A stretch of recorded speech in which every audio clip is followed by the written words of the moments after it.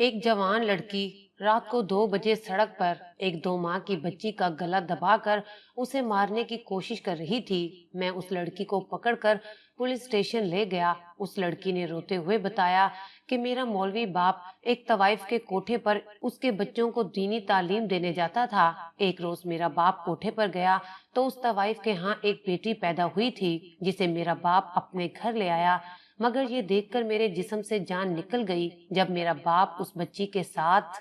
मेरा नाम सलीम है, मैं लाहौर का रहने वाला हूँ और उन दिनों मैं लाहौर के एक थाने में एसएचओ की ड्यूटी सर अंजाम दे रहा था। जराइम ज्यादा होने की वजह से मैं रात के 2 बजे अपने साथियों के साथ इलाके का चक्कर लगा रहा था। हमारी गाड़ी एक रोड पर रवां दवां थी, हर तरफ ही खामोशी थी, यूं लगता था कि उस इलाके में कोई आबादी ही ना हो। अचानक मेरी नजर एक स्याह चादर में लिपटी लड़की पर पड़ी, जिसे देखकर ना सिर्फ मैं बल्कि मेरे साथी भी डर गए थे, क्योंकि रात के इस पहर कोई लड़की इस तरह सड़क पर नहीं निकलती थी। हमें डर था कि ये कहीं कोई चुड़ैल ना हो, लेकिन हमें उस वक्त हिम्मत और हौसले से काम लेना था, क्योंकि हम सभी ड्यूटी पर तैनात थे और अपने फर्ज को पूरा करते हुए हमें जाकर पता करना था कि आखिर ये है कौन। लिहाजा जब हमारी गाड़ी उस लड़की के करीब पहुंची तो मैंने हिम्मत करके दरवाजा खोला और गाड़ी से उतरकर उस लड़की के पास गया। मुझे अपने पास आता देखकर वो तेज कदमों से चलने लगी, जैसे वो मुझसे डर गई हो। इतने में मैंने उसे आवाज दी, ओ बीबी रुक जाओ, कहाँ भाग रही हो, मेरी बात सुनो।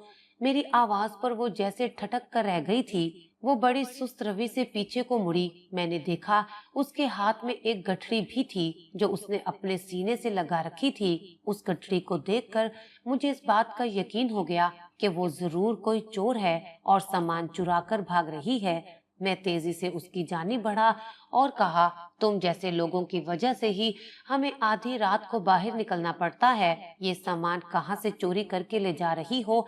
मैंने उससे रोबदार आवाज में पूछा था, मगर वो लड़की बादस्तूर खामोश रही। मैंने कहा, तुम इस चोरी शुदा माल को कहाँ लेकर जा रही हो? तब वो हड़बड़ाकर बोली, नहीं साहिब, इसमें कोई चोरी का माल नहीं है। ये कहकर उसने गठरी को अपने सीने से मजीद मजबूती से लगा लिया, मगर मैं उसकी झूठी बातों में आने वाला नहीं था। मैंने जबरदस्ती उससे गठरी खींच ली और उसे खोलकर देखने लगा। मैंने जैसे ही खोली तो उसके अंदर नजर आने वाले सामान ने मेरे होश उड़ा दिए थे। उसमें कोई मामूली सामान नहीं था, बल्कि एक जीती जागती छोटी सी बच्ची थी। उस वक्त मुझे एक और अंदेशा हुआ कि इस लड़की ने जरूर कोई नाजायज काम किया है और अब अपना गुनाह मिटाने के लिए इस बच्ची को खत्म करने के लिए ले जा रही है। ये सोचकर मैंने आओ देखा न ताओ उस लड़की पर बरस पड़ा। अगर बच्चे संभाल नहीं सकते तो बाहर जाकर मुंह काला करते हुए शर्म नहीं आती? माँ बाप की इज्जत को मट्टी में मिलाते हुए और अब इस बच्चे को कत्ल करने की नीयत से कहाँ जा रही हो? मेरी बात पर वो तड़प कर बोली, ना साहिब जी, इतना बड़ा इल्जाम मुझ पर ना लगाओ। ये बच्ची किसी गैर की औलाद नहीं है, ये बच्ची नाजायज नहीं है, बल्कि ये तो मेरी। ये बात कहकर वो रुक गई, मगर मेरे पैरों तले से जमीन निकल गई थी। लड़की, ये तुम क्या कह रही हो? वो लड़की जमीन पर बैठ गई और फूट फूट कर रोने लगी। उसकी ये हालत देखकर मुझे तरस आने लगा। रोते रोते उसकी हिचकी बंद गई थी। मैं उसकी बच्ची को हाथ से पकड़े खड़ा था कि अब इस मसले का हल कैसे तलाश करूं। अभी मैं इसी सोच में गुम था कि अचानक किसी ख्याल के तहत मैंने उस लड़की से कहा, बीबी उठो, तुम्हारा यहाँ ठहरना मुनासिब नहीं है। लड़की गमगीन निगाहों से मुझे देखने लगी, जैसे उसे डर हो कि मैं कहीं उसे कोई नुकसान ना पहुँचा दूं। तब मैंने उसे एतमाद में लेने के लिए कहा कि तुम बेफिक्र रहो, जब तक मैं तुम्हारे साथ हूँ तुम्हें कोई नुकसान नहीं होगा, तुम्हें तहफ़्फ़ुज़ फराहम किया जाएगा। फिर मैं उस लड़की को थाने ले आया। मैंने कहा, जब तक तुम सच नहीं बता देती मैं तुम्हारे बारे में किसी किस्म की कार्रवाई शुरू नहीं कर सकता। अगर तुम्हारे साथ किसी ने ज्यादती की है तो मैं वादा करता हूँ मैं तुम्हें इंसाफ जरूर दिलाऊंगा। मेरी बात पर वो नम आंखों से मुझे देखते हुए बोली, साहब जी, कुछ सच ऐसे होते हैं कि जिनसे इंसान खुद भी नजरें मिलाना नहीं चाहता, फिर मैं आपको कैसे बता दूं? तब मैंने कहा कि अगर तुम हमें सच बता दोगी तो शायद मैं इस मुश्किल से निकालने में तुम्हारी मदद कर सकूं। मेरी बात पर वो आंखें टिमटिमा कर मुझे देखने लगी और बोली, साहब जी, समझ नहीं आती कहाँ से शुरू करूं। उसने नम आंखों के साथ सीट पर टेक लगा ली और बोली, मैं अपने अम्मा अब्बा और दादी के साथ बरसों से इसी शहर में रह रही हूँ। मेरा कोई भाई नहीं है। बेटे की ख्वाहिश में अब्बा ने बेटियों की लाइन लगा दी। हर साल हमारे घर में एक बेटे की पैदाइश होती। मैं सबसे बड़ी थी। अम्मा बेटियां पैदा कर करके लागिर हो चुकी थी। आखिरी बेटी की पैदाइश के वक्त अम्मा की तबीयत खासी खराब हो गई। लेडी डॉक्टर ने भी तब बहुत गुस्सा किया था कि मेरे बाप को मेरी माँ की कोई फिक्र नहीं है, सिर्फ बच्चे पैदा करने वाली मशीन समझ रखा है। यूं समझे कि मेरी माँ मौत के मुंह से वापस लौटी थी। अब्बा ने बेटियों से भी कभी नफरत नहीं की थी, लेकिन वो इंतहाई सख्त मिजाज के आदमी थे। मुझे उनकी सख्त मिजाजी भी बुरी नहीं लगती थी। शायद बेटियों के बाप होते ही ऐसे हैं। अगर वो ऐसे ना हो तो बेटियां गुमराह हो जाएं। हमारे अब्बा मोहल्ले के इमाम मस्जिद थे, वक्त के नमाजी और दीनदार इंसान थे। उनकी दीनदारी और ईमानदारी इस कदर मशहूर थी कि हमारे इलाके के तमाम लोग अब्बा के पास कमेटी डाला करते थे। अब्बा असूलों के बड़े पक्के थे। लोग हमारे घराने की शराफत और ईमानदारी के जमाने भर में मिसालें दिया करते थे। अब्बा ने कभी घर में ऊंची आवाज में बात नहीं की थी, मगर हम सब अब्बा के कहर से इतना डरते थे कि अब्बा जो भी कहते हम खामोशी से सर झुकाकर मान लेते। मगर अब्बा ने बेटे की ख्वाहिश में 7 बेटियां पैदा कर दी। मुझे अम्मा की जिंदगी बहुत अजीज थी, लिहाजा मैं अपनी अम्मा को अब्बा से चोरी छुपे जबरदस्ती अस्पताल ले गई और उनका ऑपरेशन करवा दिया ताकि वो मजीद बच्चे पैदा ना करवा सके।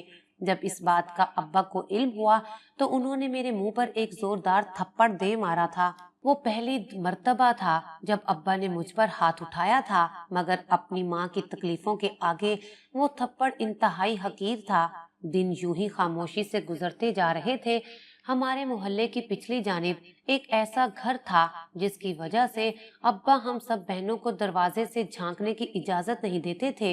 यूं समझ लो कि जिंदगी 4 दीवारी में कैद होकर रह गई थी। उस घर को बाजारे हुस्न कहा जाता था।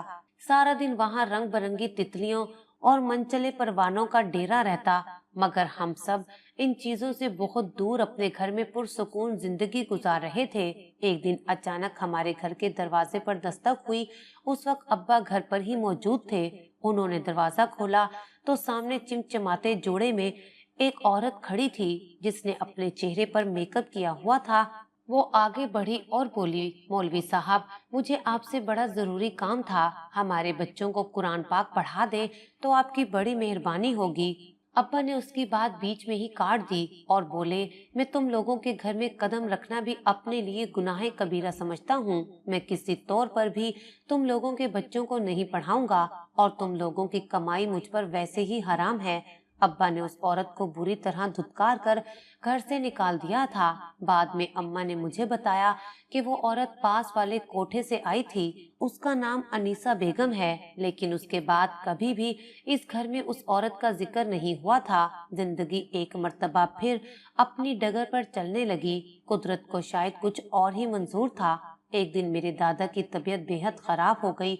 डॉक्टर्स ने कहा कि उन्हें बचाने के लिए उनके दिल का ऑपरेशन करना पड़ेगा। अब्बा को उनसे बहुत मोहब्बत थी, मगर उस वक्त अब्बा की जेब में एक फूटी कौड़ी ना थी, लेकिन ऑपरेशन भी जरूरी था। अब अब्बा के पास एक ही चारा बचा था कि कमेटी वाले पैसों से उनकी जान बचाए। सो उन्होंने वो ही 1 लाख रुपया जो उन्होंने इकट्ठा करके मुनव्वर भाई को देने थे, वो सब पैसे दादा अब्बू के ऑपरेशन पर लगा दिए।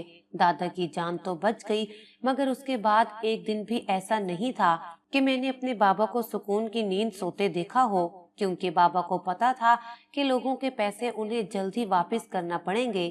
फिर एक दिन हालात से मजबूर होकर अब्बा को एक फैसला करना पड़ा। वो घर से बाहर निकले। न जाने कैसे उनके कदम उसी हुस्न के बाजार की तरफ चल पड़े। जब वो उस घर के दरवाजे के पास पहुंचे तो उनमें इतनी हिम्मत नहीं थी कि घर के अंदर कदम रखते, या शायद उनका ज़मीर इस चीज की इजाजत नहीं दे रहा था। अभी इन्हीं सोचों में गुम खड़े थे कि अचानक अंदर से एक आदमी बाहर आया। मौलवी साहब, आज आप यहाँ का रास्ता कैसे भूल गए? बताएं, आपकी खिदमत में मैं अपने घर की कौन सी रौनक पेश करूं? ये सुनकर अब्बा ने कई बार अपने ज़मीर को मलामत की होगी, लेकिन अब वापसी के दरवाजे बंद हो गए थे।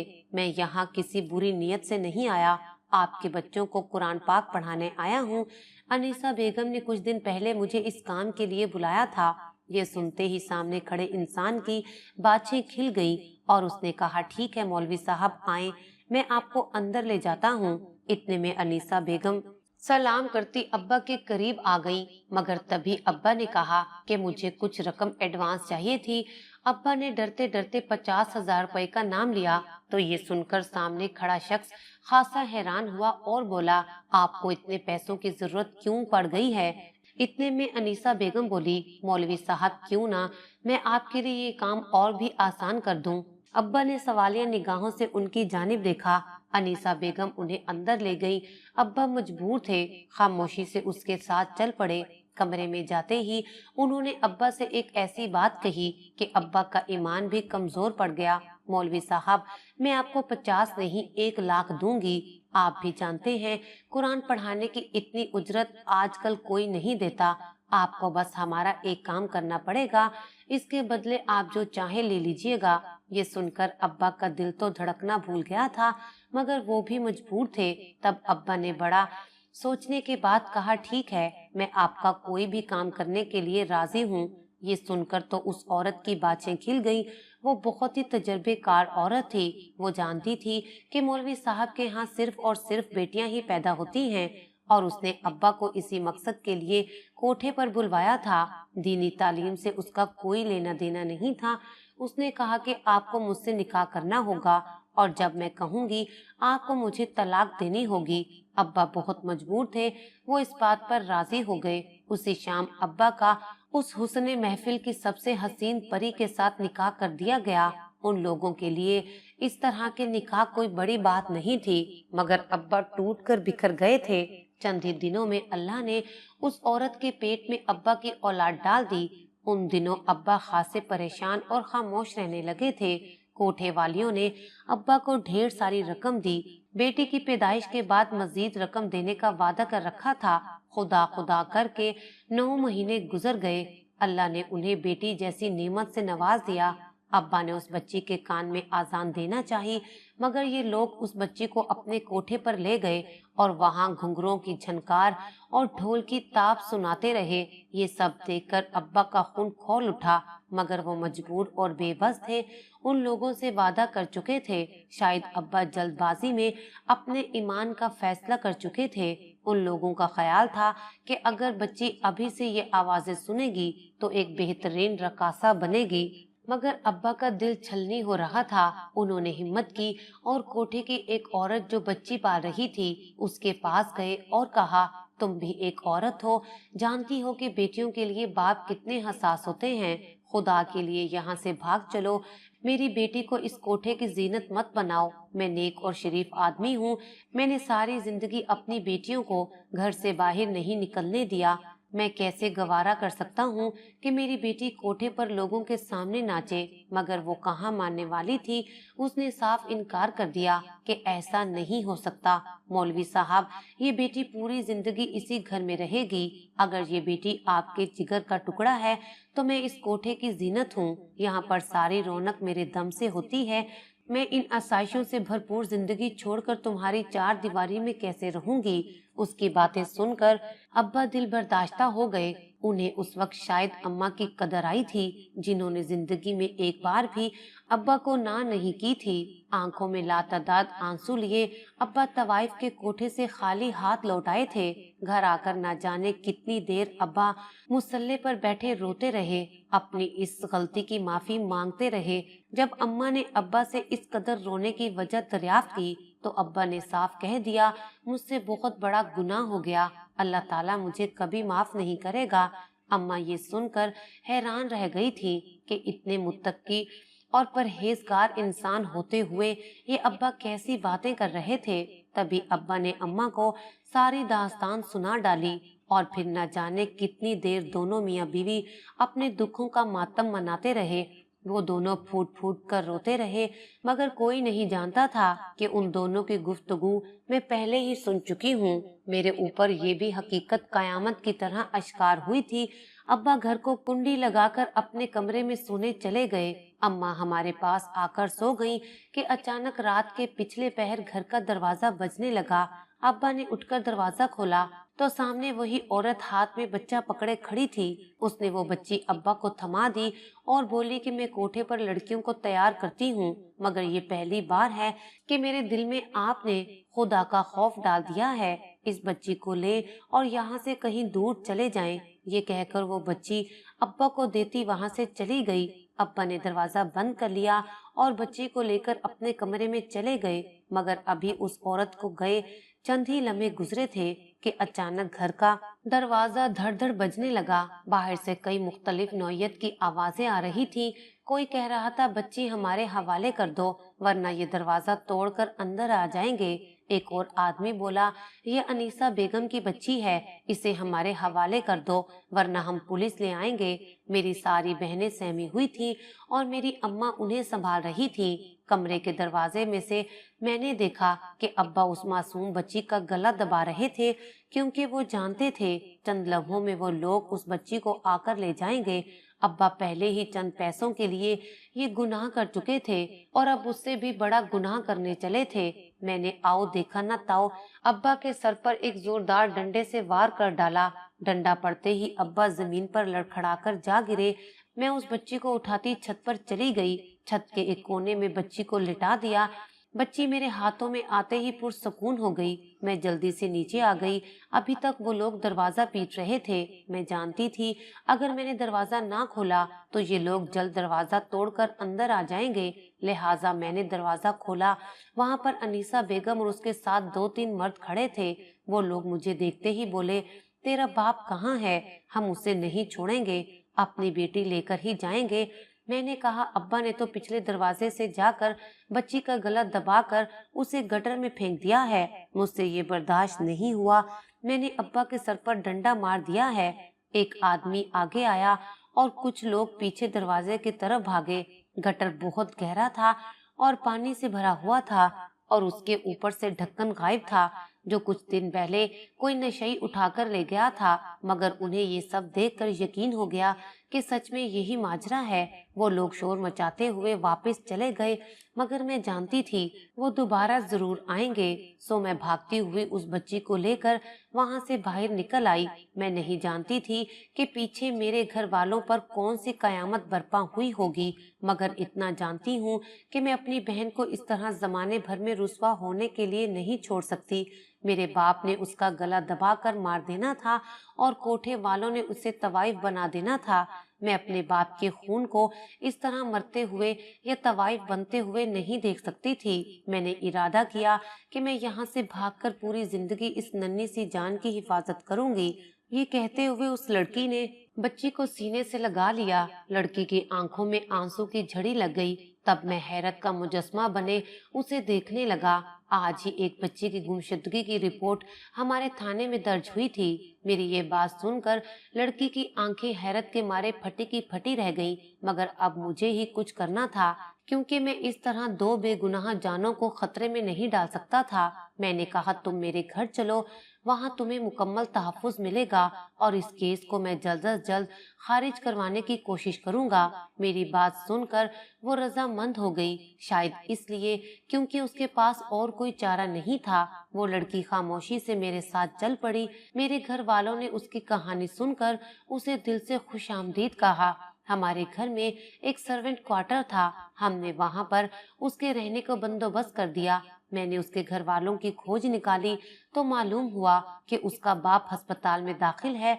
उन्होंने मुझे उस बच्ची की माँ और अपना निकाह नामा दिखाया और बताया कि ये बच्ची उसी की है, लिहाजा इस केस का कोई जवाब नहीं बनता। अब वो लड़की मानूर मेरे साथ पुरसुकून जिंदगी गुजार रही है। वो पीछे मुड़कर देखना नहीं चाहती।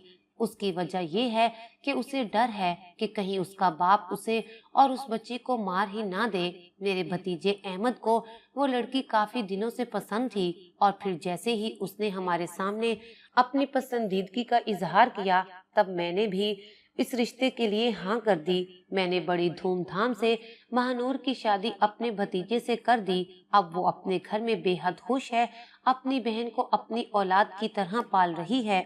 اتنا تو کوئی سکی اولاد کے لیے نہیں کرتا جو ماہنور نے اپنے ماں باپ کی ایک غلطی کو تحفظ دینے کی خاطر کیا تھا۔ کوٹھے والی انیسہ بیگم ڈر کے مارے شہر چھوڑ کر بھاگ گئی ہے اور ماہنور کے باپ نے آ کر اس سے معذرت کر لی ہے۔ میں نے ان دونوں کی بھی صلح کروا دی تھی، اب سب کچھ ٹھیک ہو گیا ہے۔ ماہنور میرے بھتیجے کے گھر ہنسی خوشی رہ رہی ہے۔